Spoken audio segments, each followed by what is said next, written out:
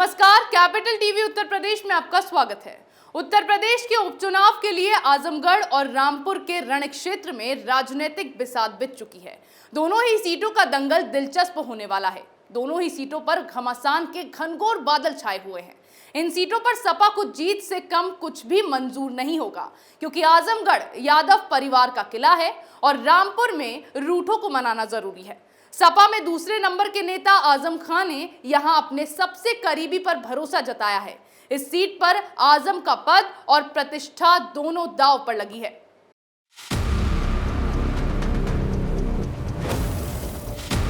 अखिलेश यादव इन दिनों भयंकर टेंशन से जूझ रहे हैं। पहले तो राज्यसभा चुनावों के लिए माथापच्ची की और अब उपचुनावों में फंसे हैं।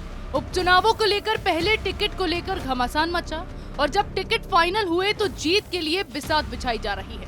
रामपुर सीट पर आजम खान को अपनी प्रतिष्ठा को बचाने के साथ साथ अखिलेश यादव के सामने अपनी नंबर 2 की पोजीशन को बचाने का भी चैलेंज होगा, क्योंकि रामपुर से बीजेपी ने जो दांव खेला है उससे बचना आजम खान के लिए टेढ़ी खीर साबित होने वाला है। बीजेपी ने इस सीट से घनश्याम लोधी को टिकट दिया है, जो कभी आजम के करीबी माने जाते थे। घनश्याम लोधी ने विधानसभा चुनाव से पहले ही बीजेपी का दामन थामा था। लोधी 2 बार एमएलसी भी रह चुके हैं। दूसरी ओर तमाम माथापच्ची के बाद सपा ने आसिम रजा को मैदान में उतारा है और आसिम रजा को भी आजम का करीबी माना जाता है। इस सीट की जंग बेहद दिलचस्प होने वाली है। ये सीट इसीलिए भी अहम है क्योंकि करीब 2 साल बाद जेल से बाहर आए आजम खान के तेवर अखिलेश को लेकर बेहद तल्ख हैं। आजम खान को मनाने की हर संभव कोशिश अखिलेश के खेमे की तरफ से की गई। इस बात में भी कोई किंतु परंतु नहीं था कि आजम के बिना इस सीट से नाम फाइनल किया जाता। इसीलिए तंजीम फातिमा से लेकर उनकी बहू तक का नाम चर्चाओं में रहा। अब जब आजम के करीबी का नाम फाइनल हो चुका है तो इसे आजम के साथ रिश्तों में सुधार के नजरिए से देखा जा रहा है। रिश्तों में कितना सुधार हुआ है, ये अभी भी एक सवाल ही है। सियासी गलियारों में एक और चर्चा जोर पकड़ रही है कि अखिलेश इस सीट पर प्रचार के लिए कितनी बार आते हैं और कितनी रैलियां करते हैं। इस बात से ये भी पता चल जाएगा कि दूरियां कितनी कम हुई है।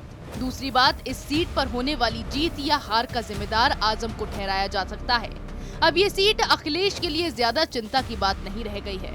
उपचुनाव के इस रण में बात अगर आजमगढ़ की करें तो आजमगढ़ सीट को यादव परिवार का किला माना जाता है।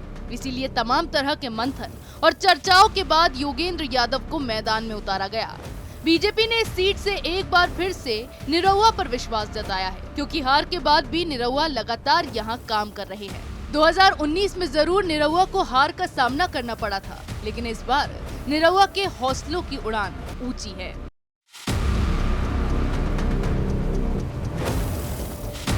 इस सीट पर दोनों दलों की प्रतिष्ठा दांव पर लगी है। इसकी वजह यह है कि मुलायम के जमाने से ये सीट यादव परिवार का गढ़ रहा है, लेकिन अब समीकरण बदल रहे हैं। एक तरफ निरहुआ यादव और योगेंद्र यादव के बीच यादव वोट बटेगा, तो दूसरी तरफ मायावती ने गुड्डू जमाली को मैदान में उतारकर मुस्लिम और दलित वोटों में सेंधमारी की पूरी तैयारी कर ली है।